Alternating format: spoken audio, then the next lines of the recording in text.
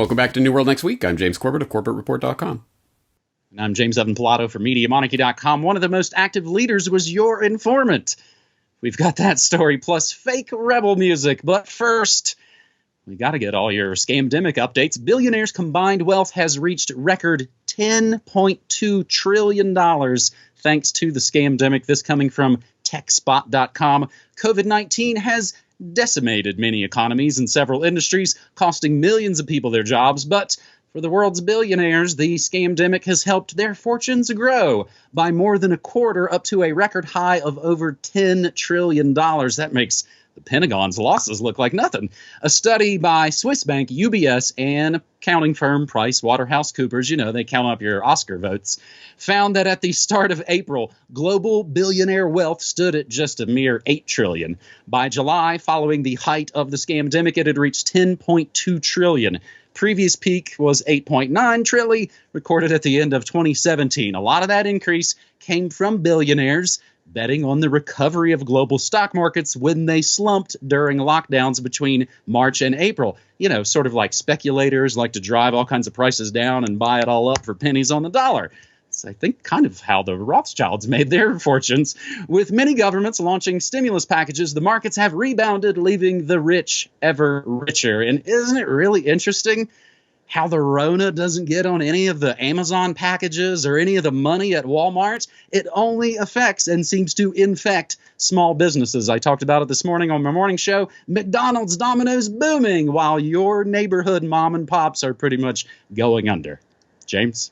Yes, there are a few important points to be made here. One of which is that, of course, one of the people, the number 2 on this list of richer getting richer, is Bill Gates, of course, which once again, I mean, not that we need it, but once again puts the lie to the ridiculous notion that Bill Gates is giving his wealth away because he cares so much about the poor brown people on the other side of the world that he says he wants to depopulate.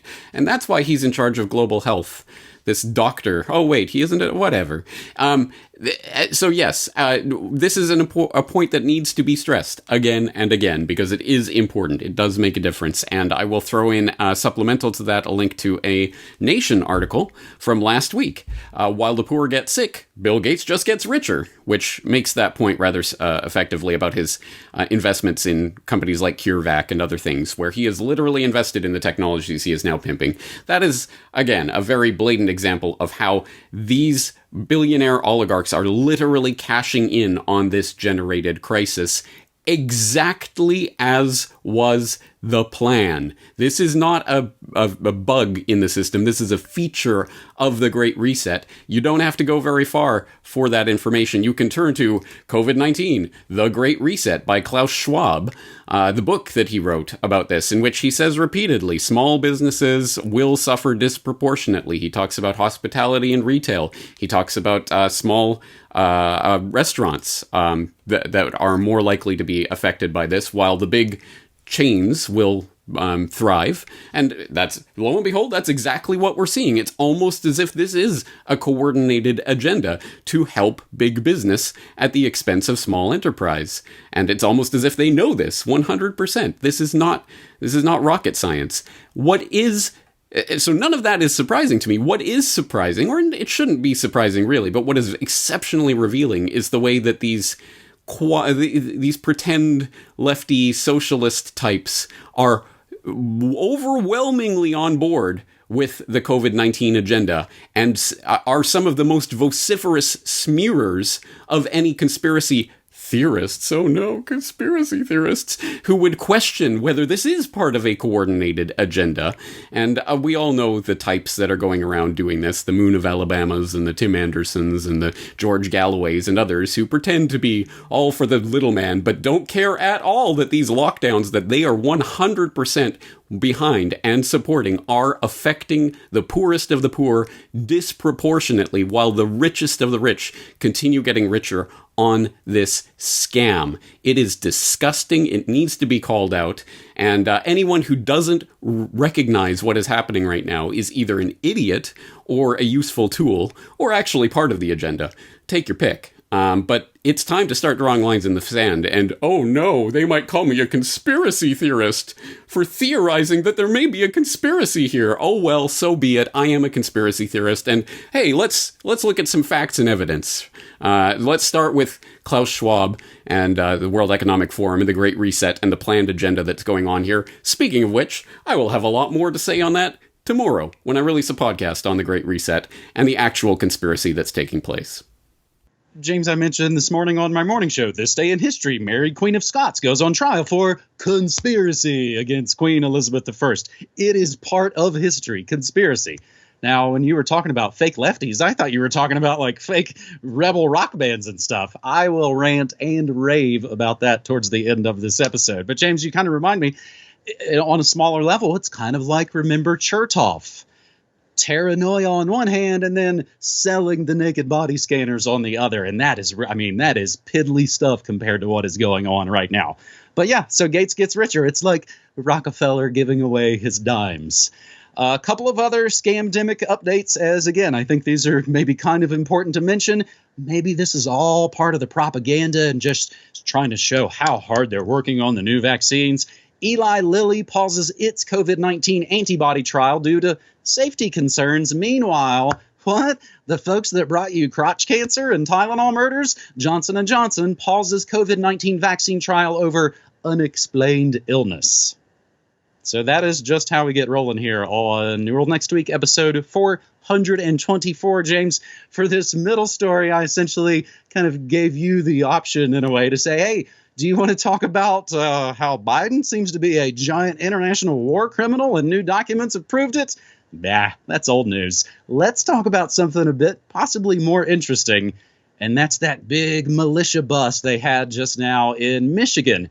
What are they? The Wolverine Watchmen, basically putting together, I would say, Red Dawn, and of course the DC comic book, because it's all a big media mess out there. FBI informant, one of the most active leaders pushing Crackpot kidnap plot. This coming from our buddy Chris Minahan at informationliberation.com. He's been doing it, James, for nearly as long as you and I have.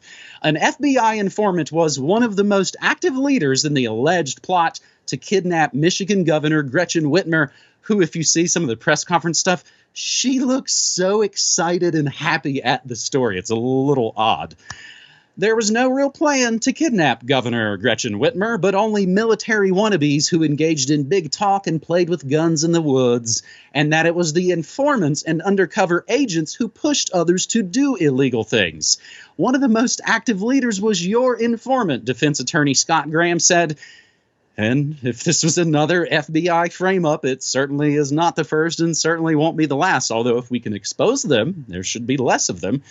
The FBI's affidavit revealed they had multiple informants and undercover agents involved in this operation going all the way back to June. You can look through some of the documents.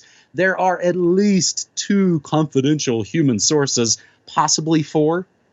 They could have arrested these saps months ago, but of course wanted to wait for, of course, maximum selection, super rage, panic. Defense says Governor Whitmer kidnap plot was just big talk between crackpots. That comes from the Detroit Free Press.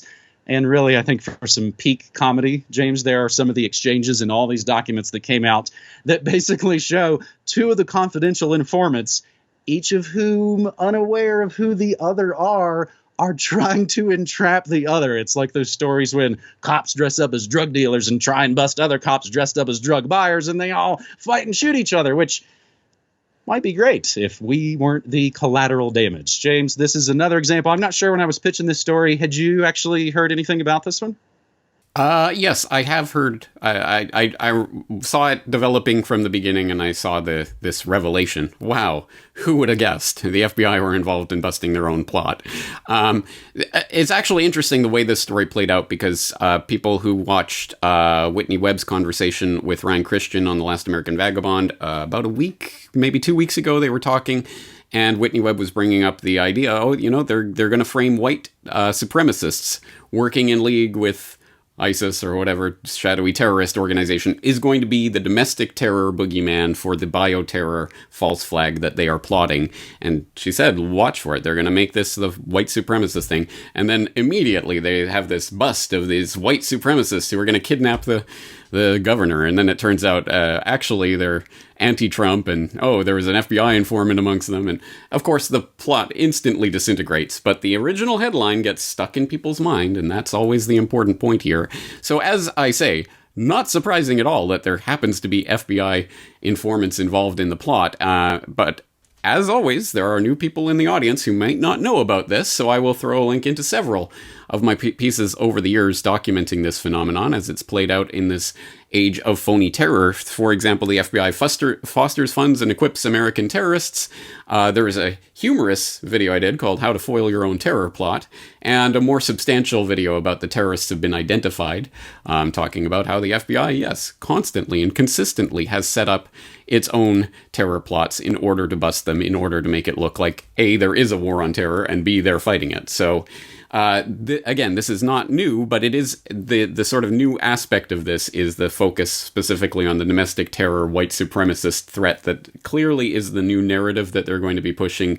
And researchers like Whitney Webb and others are pointing to the bioterror false flag that is clearly being set up, and that they're going to try to blame on one of these groups. And in the wake of a really big bioterror false flag, will there be time for the plot to be revealed and understood, and, oh, yeah, this guy was an informant and blah, blah, blah? Or will it be, that's it, trigger pulled, and we're changing things overnight?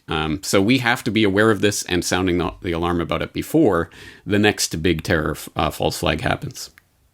And I think these are those kind of easy, perfect stories. Send the Detroit Free Press, send the most normiest news articles you can to your friends and family. She's like, man, did you see it? Seems like it was all feds, and just again trying to plant those seeds. It's possible, though, that the train has totally left the station, James, and things are going to get real worse real darn soon. Other news about all those Wolverine Watchmen. Yeah, they were going to Black Lives Matters events, and, dude, Trump is not your friend. All of that. Yeah, it's all, again, essentially been documented.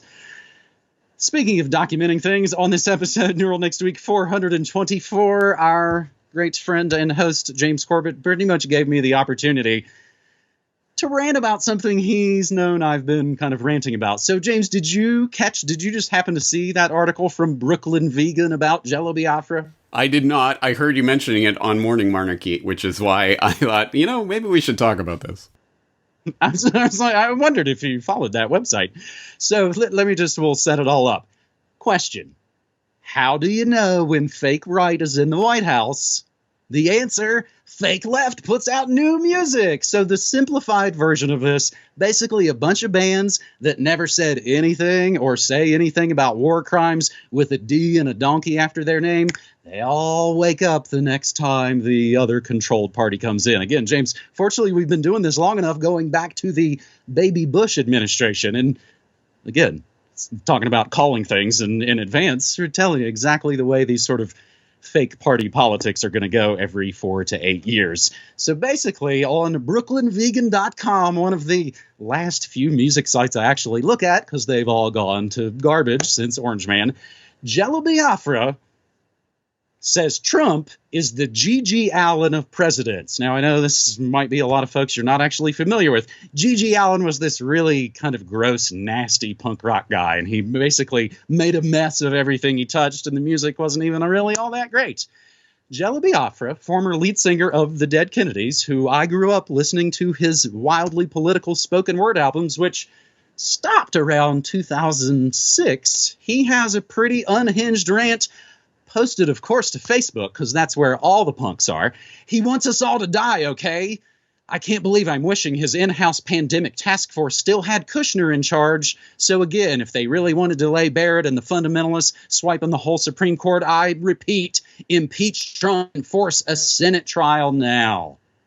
So again, if you're keeping score, this is the former lead singer of the wildly political punk rock band, the Dead Kennedys, who, when the band broke up, he started to basically do spoken word albums, and he runs his own record label.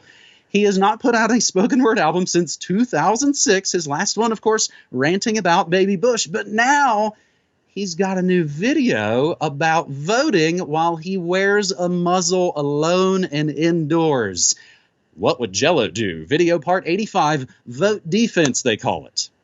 So basically, I've tracked, James, and kind of documented all these bands who never did anything while Barry's killing little kids with drone bombs, but now suddenly everything's terrible. This past summer, Jello Biafra releases first song in 7 years. And what are the songs about? The Koch brothers. Ooh, and the Tea Party. Hopefully, maybe he'll warn me about Blackwater next. It's really actually very kind of sad and outdated. But that's not all. There's a terrible new Sloan song called Silence Trumps Lies, which is really funny, seeing as how they're from Canuckistan and can't vote on our serial killers down here anyway. Ani DiFranco releases new election song, Do or Die, because somehow violence has to be, of course, intertwined with all of this. And how about Ministry? Ministry's new song, Alert Level, samples teen activist Greta Thunberg. So I got 2 emails on the same day, Al Jorgensen of Ministry and Jello Biafra, basically both begging me to vote for the same New World Order that they used to rail against. Remember, people have heard that, the industrial metal song with Poppy Bush, A New World Order. That guy wants me to vote. That you even got so-called like alt country stars going out of their way to call out and cancel anybody who says anything different in a friggin' song. Jason Isbell used to be in a band called Drive-By Truckers, who are also, guess what, super political now suddenly. Jason Isbell blasts Van Morrison while he covers Into the Mystic. So that is, if you didn't hear, Van Morrison released lockdown protest songs. So basically people going out of their way to make fun of people who are singing songs about, hey, maybe these lockdowns aren't really good for us. Meanwhile, he's tweeting about the Atlanta baseball team that I think many people find the mascot racist and insensitive. And these are the kids, James. That dude he's younger than us. They want the New World Order, and it kind of seems like they'll kill us to get it. And it goes on and on. I've been, again, tracking this since Orange Man kicked off this whole kind of new era of fake activist music. Here's some more. Indie bands like Superchunk literally released 0 music during the Obama years. They are all radio silence. Cake releases first new music in over 8 years. This is a fun one. They made a benefit single and made Doctors Without Borders the beneficiary until their fans that are still around said, they're human traffickers. So they switched benefit horses mid-stride to, of course, the much better Act Blue. So my thread on Cake, which will be, of course, included in the show notes, is pretty lit. It includes links to their ex-drummer, who's in prison 15 years to life for, being a child molester. Like our own Brock West said, they want a president with a blue tie and a long kill list. Listen to new protest single from Perry Farrell, pirate punk politician, first music in a decade. Pearl Jam let Verizon use their new single in 5G commercials. No, not their Greta song. It's totally a different one.